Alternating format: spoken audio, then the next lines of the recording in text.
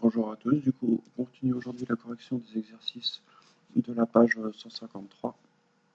On commence par le 49, page 153. Donc on demande de calculer la vitesse moyenne en mètres par seconde. Ça veut dire que tout doit être converti en mètres et en secondes. Donc la vitesse, c'est la distance divisée par le temps. La distance en mètres, je vous dis que c'est 50 mètres pour 22,97 secondes. Vous avez bien des mètres et des secondes, donc le résultat sera une vitesse en mètres par seconde. Vous tapez à la calculatrice et vous tombez sur ça. On vous demande dans l'énoncé d'arrondir au centième près. Tac. Donc on lit 2,17, mais le chiffre d'après étant un 6, vous arrondissez à 2,18. 2,18 mètres par seconde. Ensuite, question B. Exprimez cette vitesse en km/h. Donc vous l'avez compris, hein, pour exprimer en km/h, on avait déjà vu hier qu'il faut multiplier par 3,6. Donc vous prenez 2,18, vous multipliez par 3,6, ça vous donne la vitesse en km/h. Donc vous dit d'arrondir à l'unité près. Donc ça fait environ 8 km/h. Est-ce que c'est logique une vitesse de 8 km/h? Oui, c'est quelqu'un qui marche très très vite. Donc en nageant en papillon, c'est comme si il allait à une vitesse de quelqu'un qui marche très vite. Après, pour ceux qui ne savent pas qu'il faut multiplier par 3,6, j'en ai parlé hier, bah, il faut simplement convertir 2,18 mètres secondes dans un tableau. 2,18 mètres par seconde, ça signifie qu'il parcourt 2,18 mètres en une seconde. La question c'est combien est-ce qu'il parcourt 2 mètres en une heure? Une heure c'est 3600 secondes. Vous faites votre produit en croix et vous obtiendrez un résultat en mètres.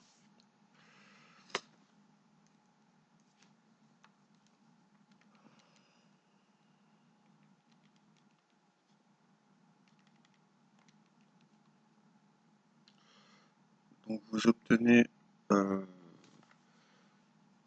je me suis trompé, 2,18, vous obtenez ça. Donc ça c'est un résultat que vous mettez, quand vous le mettez dans le tableau, il faut bien avoir conscience qu'il est en mètres.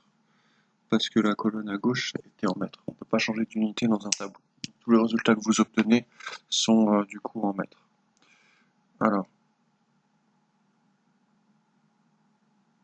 désolé, ma caméra est un peu floue. Et du coup, pour convertir en kilomètres, bah, vous décalez la virgule de 3 crans, vous la mettez entre le 7 et le 8. Et vous obtenez le même résultat que là. Pour le 50 maintenant.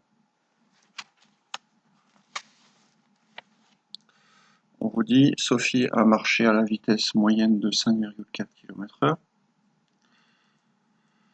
Exprimer sa vitesse en mètres par seconde, bon bah, puisqu'on a multiplié par 3,60 pour passer de mètres secondes au km/h, alors on vient de le voir, donc on va pouvoir l'utiliser, on va diviser par 3,60.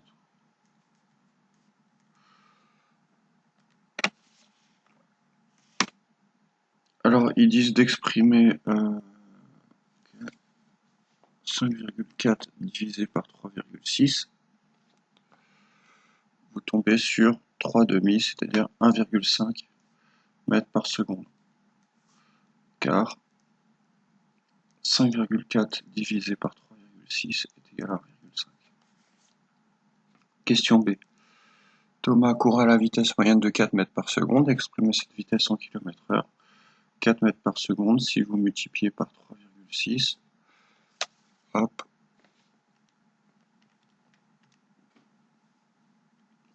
obtenez 14,4.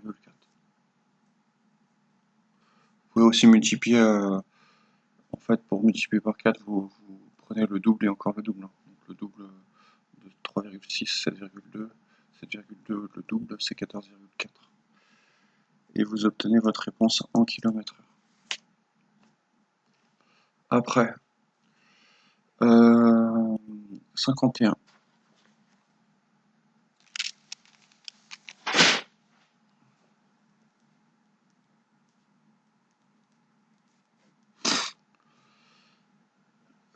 On vous dit de calculer la vitesse en mètres par minute pour le 51. Hop, en mètres par minute. Alors vu qu'il y a des unités qui changent comme ça, j'ai envie de, juste grâce à l'énoncé, j'ai envie de dire qu'on va faire un tableau de proportionnalité. Voilà. Nous, je sais que il parcourt 11,7 km, c'est-à-dire vu qu'on veut en mètres par minute, je traduis directement en mètres et je veux des mètres par minute, donc je traduis en mètres et en minutes. Et pour le deuxième tableau, bah, je ferai la même chose. Et dans le deuxième tableau, vu qu'on veut des kilomètres/heure, je mettrai tout en kilomètres et tout en heure. Et comme ça sera, j'utilise même pas les formules. On veut savoir combien de temps est-ce qu'il parcourt en une minute. Donc produit en croix.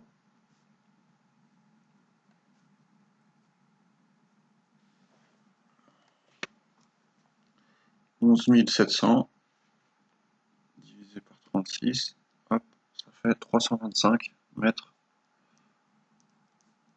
par minute. Voilà. Vérifiez, c'est énorme, hein, 325 mètres par minute, donc vérifiez que vous avez que c'est cohérent en fait, par rapport à l'énoncé. On vous dit que c'est un surfeur.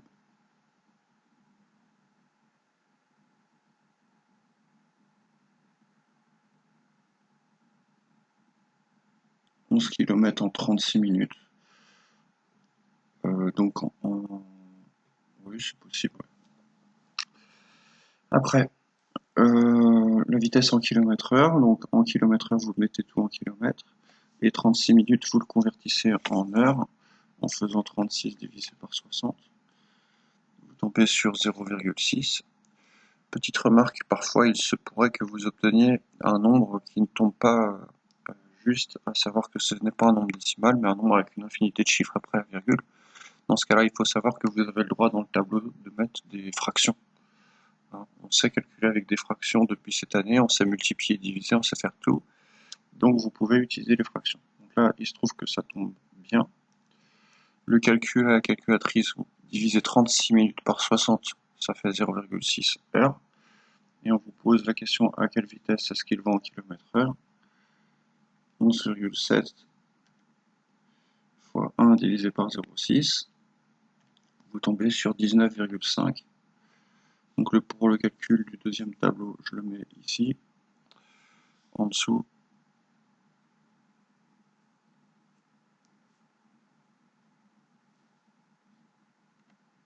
« 19,5 km/h.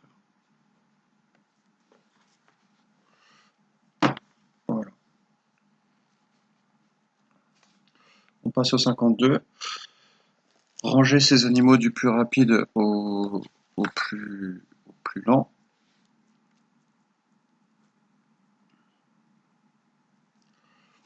Alors, il va falloir faire des conversions. Donc on va convertir soit tout en km/h, soit tout en mètres secondes, peu importe. Je propose de tout mettre en km/h. C'est une vitesse avec laquelle on a l'habitude de travailler. Donc on part de la girafe en km/h, puis après on va convertir la vitesse du zèbre en km/h. Nous, on sait qu'il parcourt 1,07 km en une minute. On veut savoir combien est-ce qu'il parcourt 2 km en 60 minutes. Ça nous donnera la vitesse en km/h. Donc Alors, vous tapez sur la calculatrice 1,07 fois 60 divisé par 1, vous avez 64,2 km/h. Donc, vitesse du zèbre, 1,07 fois 60 divisé par 1, 64,2 km/h. Après, vitesse de l'éléphant. Pour l'éléphant, on a une vitesse en mètres secondes. Donc les mètres secondes, c'est une unité avec laquelle on a relativement l'habitude de travailler. On sait qu'il faut multiplier par 3,6 pour avoir la vitesse en km/h.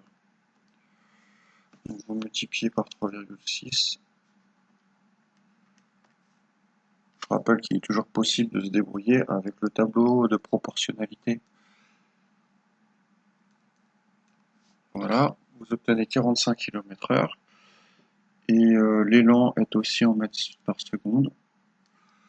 Donc pour l'élan, c'est pareil. Vous convertissez 20 mètres par seconde en multipliant par 3,6. Bon, ça se fait de tête, hein. Ça fait 72 km/h. Pourquoi vous prenez 3,6, vous multipliez par 10, ça fait 36, vous multipliez par 2, ça fait 72. Donc de plus rapide au plus lent, vous avez l'élan en numéro 1. Vous avez ensuite le zèbre en numéro 2. Ensuite la girafe, qui est sur le livre, je n'ai pas noté. Et le numéro 4, c'est l'éléphant. On continue avec le 54 et le 55.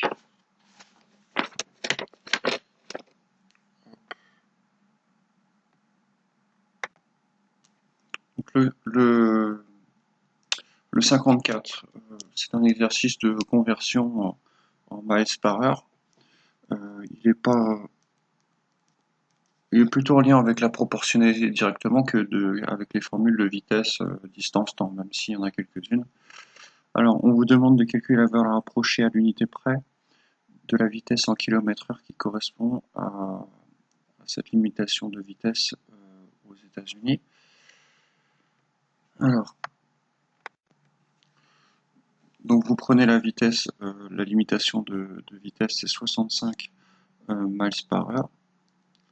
Alors des miles par heure c'est des miles par heure tout comme des kilomètres par heure.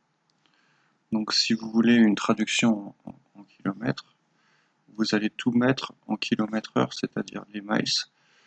Enfin, il n'y a même pas besoin de faire un tableau. Les miles, simplement, vous les convertissez en kilomètres. Donc, on vous pose la question combien de kilomètres est-ce qu'il doit parcourir en 1 heure au maximum. En fait, c'est ça. Donc, 1 mile, ça fait 1,0609, 1,609 344. Donc,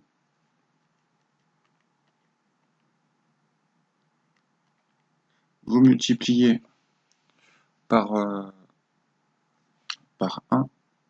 par 65, pardon, par la vitesse maximum autorisée. Donc vous avez le droit d'aller parcourir 165 miles au maximum par heure. 1 mile, ça correspond à 1,06, etc. km. Donc, au total, vous avez le droit de parcourir 104 km en 1 heure. 104,6. On va arrondir à l'unité près. Il faudra écrire 105. Donc le calcul, je vais raturer ici. Le calcul, vous le mettez là.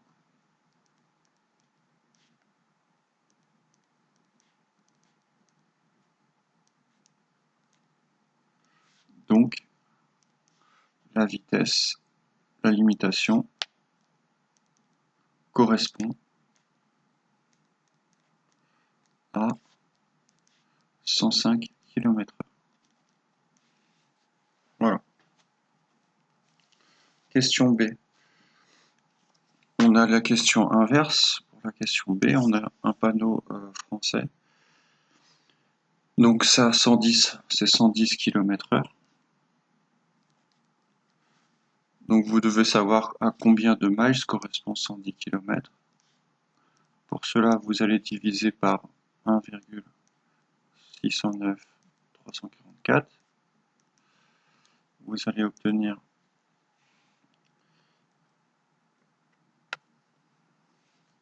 110 divisé par 1,609,344. 88,35. On vous demande d'arrondir à l'unité, donc vous mettez 4,68 et rien après la virgule, environ 68 miles par heure. Ensuite, un conducteur britannique roule en France. D'après ce compteur de vitesse-là, est-ce qu'il respecte la limitation de vitesse? Donc le compteur de vitesse indique 65 miles par heure. On va devoir convertir en km/h en multipliant par 1,0609,344.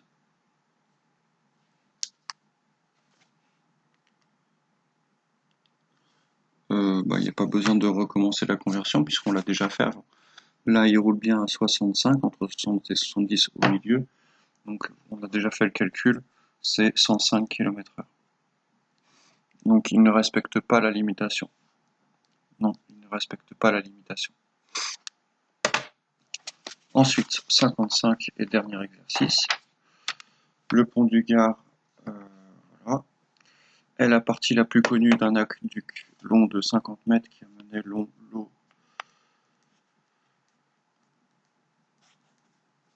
de la fontaine d'Eur avec une altitude donnée ici, puis jusqu'à une rue de Nîmes à cette altitude-là. Calculer la vitesse de l'eau en km/h. Donc ici, nous on veut une vitesse, donc en fait c'est pas l'altitude qui va nous intéresser, c'est la longueur. Donc la vitesse c'est la distance divisée par temps, la longueur parcourue c'est 50 km en 25 heures. Donc la vitesse c'est 2 km/h. Pardon, vous voyez rien de ce que j'écris? Hop. Donc je disais la vitesse c'est la distance divisée par le temps, 50 km en distance, en un temps de 25 heures, ça vous fait une vitesse de 2 km/h. Ensuite pour la question B, combien de temps en minutes secondes mettait l'eau pour parcourir les 275 mètres du pont du Gard? Donc maintenant c'est l'inverse, vous devez connaître le temps. Donc c'est la distance divisée par la vitesse.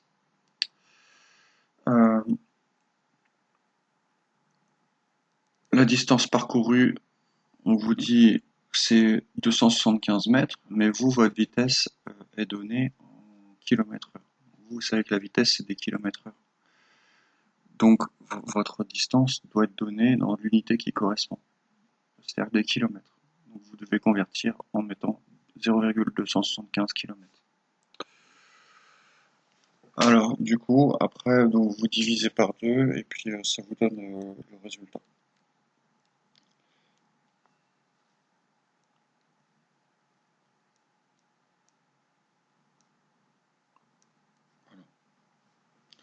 Voilà. Unité, c'est des heures. On vous demande de convertir le résultat en mètres par seconde. Donc, pour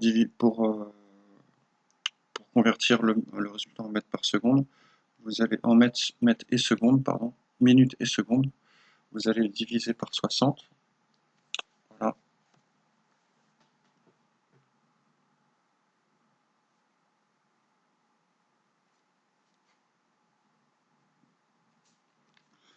Vous obtenez 0,002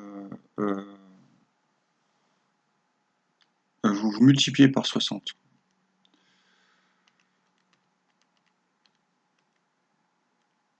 Donc ça fait, voilà. Donc ça fait 8,25 minutes.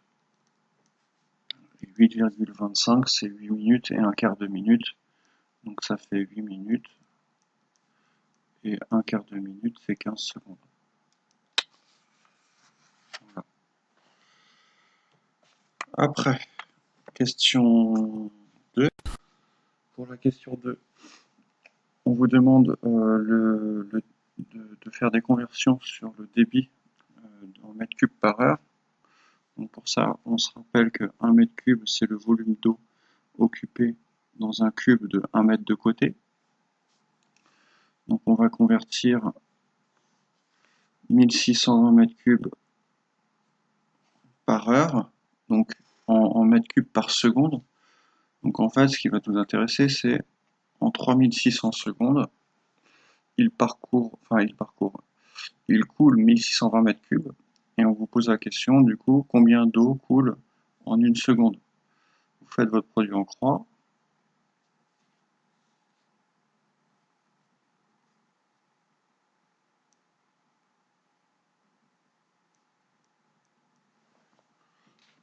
Et vous tombez sur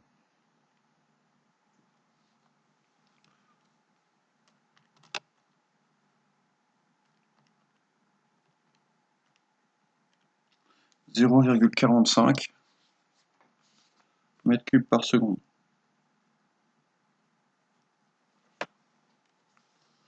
Une fois que vous avez fait ça, on vous demande de convertir en litres par seconde. Alors, pour ça, il faut se souvenir des conversions des litres et des mètres cubes. Donc, rappel, 1 litre, c'est égal à 1 décimètre cube, que 1 décimètre cube, c'est égal à 1000 mètres cubes. On rappelle aussi qu'on a ce tableau de conversion-là, que les litres se trouvent ici. Après, vous avez les décilitres, etc. et les décalitres à gauche. Et nous, on a 1 décimètre cube. Et puis voilà, du coup, c'est 1000 fois moins que 1 mètre cube. Ou alors 1 mètre cube, c'est 1000 fois plus que 1 décimètre cube. Voilà. Soit 1 décimètre cube, c'est 1000 fois moins qu'un mètre cube, soit 1 mètre cube, c'est 1000 fois moins que 1 décimètre cube. Parce que chaque case, chaque unité de mètre cube, décimètre cube est séparée en 3 cases. Donc une fois que vous vous êtes rappelé de ça, vous vous posez la question, donc 0,45 mètres cubes correspond à combien de décimètres cubes? Donc 0,45 mètres cubes, soit vous utilisez le tableau de conversion, et dans ce cas-là, 0,45 mètres cubes, ça fait 0 mètres cubes et 45 à la suite. Vous complétez avec un 0, et combien ça fait de décimètres cubes? Ça fait 450 décimètres cubes, et les décimètres cubes, ce sont des litres par seconde, sur le pont du Gard. Voilà, fin des corrections.